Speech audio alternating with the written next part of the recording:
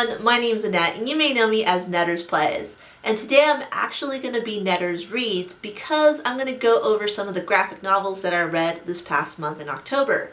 Now, I tried to go along with the theme of Halloween, so some of these books I picked up because I thought they were a little bit more creepier. And so the other books I just managed to read because I really wanted to and I really like the artwork. So I'm going to go ahead and just give you a brief overview of the stories and show you whether I like them or not, and I'll try not to spoil anything too. So let's get to it. So the first book I'll go over is called Through the Woods. Now, Through the Woods is a book that I picked up because of the Halloween month, and I wanted to kind of be creeped out a bit, and I wanted something to be along my bedside so when I go to sleep at night I can just pick up the book and read a few pages out of it and kind of spook myself a little bit. And that's what this book really did. So this book itself is a combination of 5 different short stories, and the artwork is amazing in this book. There's a heavy set of black and also red and some blue too. And there's a huge contrast between that and the white.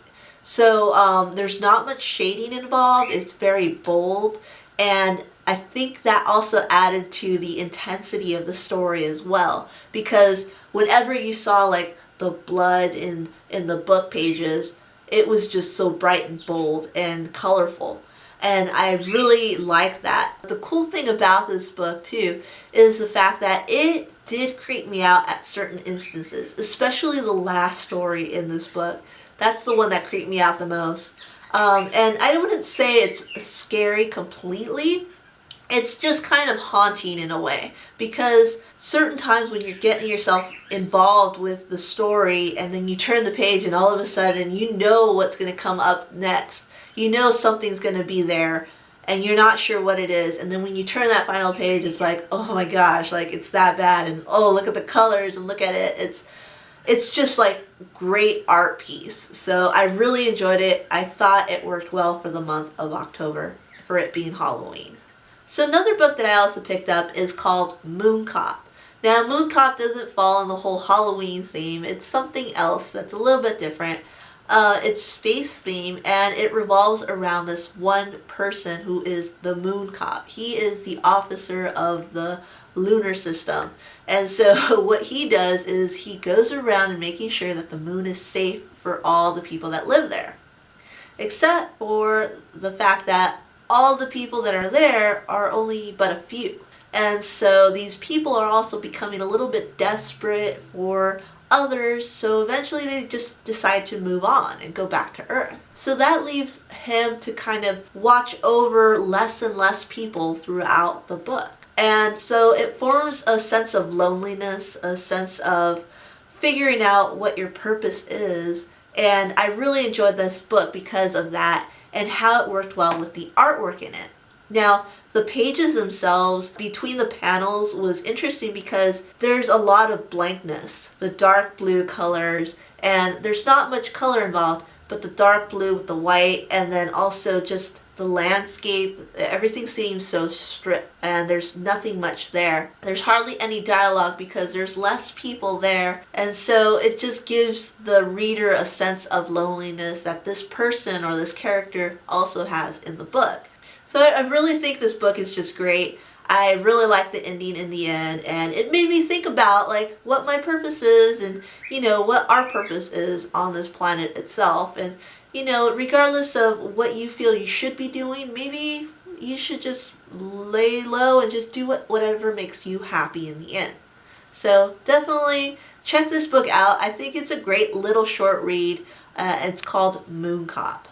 So the next book I picked up is the book of the month for Comics Experience. Now, Comics Experience is my local comic book store, and I participate in this monthly book reading where we read the same book, and then at the end of the month we manage to come together and talk to the author, and then the author will do some signing or just kind of tell us the story behind the book itself, and we can ask questions and such. So yeah, so I picked up this book called Spinning. So Spinning is a memoir from Tilly Walden, and she documents her young self. I mean, she's still young herself. I think she's in her 20s or something. But the thing is that she documents her experience as a young girl all the way up through adolescence and as a teenager. And along the whole process of her life, she always had something to fall back on, and that was figure skating. So she used to live back out in New Jersey as a young little girl, and she was involved in competitions and such in figure skating, and then eventually she moved out to Texas of all places and she had to go back into figure skating and also figure out like who she is and how she can relate to all these new people there. And so it's really interesting. I really like this book because of the color work in it. It has this kind of pastel-y kind of purple and pink and kind of tone. There's some yellow in it involved, but it's very soft. It seems really innocent, but it also seems really solemn and very kind of depressing too, because it's all like, there's a lot of blankness, there's a lot of stillness, there's a lot of just moments where it's just her and the ice. And I really like that aspect of how the artwork tied in with the story. Another cool thing about it too is the fact that she's also dealing with her identity and who she is. And she knew that she was also gay, but she just didn't know how she should share that or how she should introduce that into her different points of life, whether it be in school or the home or on the ice rink. In the end, there's all these ties and connections between these different parts of her life and how she kind of works with, because the only solid background in the story is the figure skating, and that's the only thing that provides some sort of comfort, some sort of relief, some sort of discipline and routine. And also the rest of her life is affect her on the ice rink, and I really like the connection between that too. She always starts her chapters with a certain pose or a certain kind of ice skating maneuver, and that kind of relates to the story or that chapter of how she maneuvers through her life during that time. So that's another little thing too. I mean, the book is really elegant. It's really easy to read. It's something so casual. It's something you really want to read when you're alone and kind of trying to just be with this book itself. It's very personal too because it's a memoir. So yeah, I really enjoyed it. I'm looking forward to meeting the author. I'm going to meet them soon. So definitely going to have her sign my book and ask her a few questions about it too. So I think you should really pick this up if you're interested in just having this kind of journey with the author and her self-discovery, and also learning about figure skating too. And you know, it's just being a girl and growing up as a girl at a young age and just trying to figure out who you are. So definitely big thumbs up for Spinning. I really like this book. I thought it was a great read. So the last book I read this past month is called My Favorite Thing is Monsters. Now I picked up this book because I wanted to read something that was kind of scary, and I looked at the title and I said, my favorite thing is monsters, this will fit in with the theme. And I didn't know anything else from this book, and to tell you the truth, it really surprised me a lot. I mean, first off the bat, the cover and the artwork in there is just unlike anything I've ever seen before. It's raw, it's sketchy, there's a lot of cross-hatching, and it was all done on notebook paper with a ballpoint pen. And that's something I really don't see in comic books at all. It's just like shows the rawness of it. And the rawness of the art is also transformed and relatable to the story because the story is very raw. It takes place in Chicago during the 1960s, and it kind of goes over the life of this one girl named Karen. And she loves monsters. That's her favorite thing. And she loves it so much that she doesn't identify herself as a human being, but more or less as a good monster. And so the whole book itself is her as a werewolf. And she also lives with her mother and her brother. Her brother is a bit older than her. His name is Dee, after Diego. And her and him have this like love relationship where they really are after each other, but yet they kind of can't be with each other either because he's living his own life and she's trying to figure out where she belongs. The cool thing about the story though is how she is a detective. She is trying to figure out the mysteries of not life, but of this thing, this tragedy that happened in her apartment building. So this one lady named Anka, she lived right above her, and she survived the Holocaust. And she was murdered or committed suicide, or it was something. She died.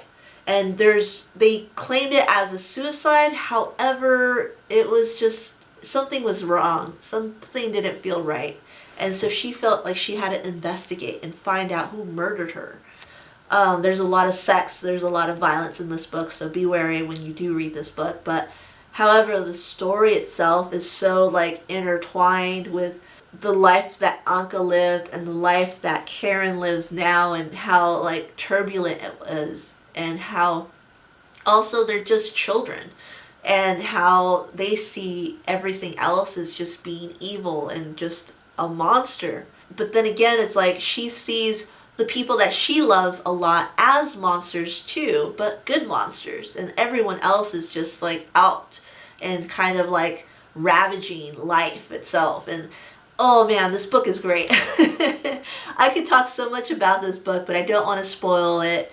The artwork is great itself. It's all ballpoint pen, and it's very impressive. The amount of detail, she even goes into museums and draws paintings like Seurat and such with the pointillism and everything. She like draws it in this book, and she does it with ballpoint pen, and that's just like her interpretation of that image with a different medium. And I really like that. I really like just the whole tying. It was a little difficult to read. It's very heavy to read too, so I'd highly recommend this book. I think it's really great. It's worth reading if you can just bear through the complexity of the narrative and the story and the heaviness of the subject matter too.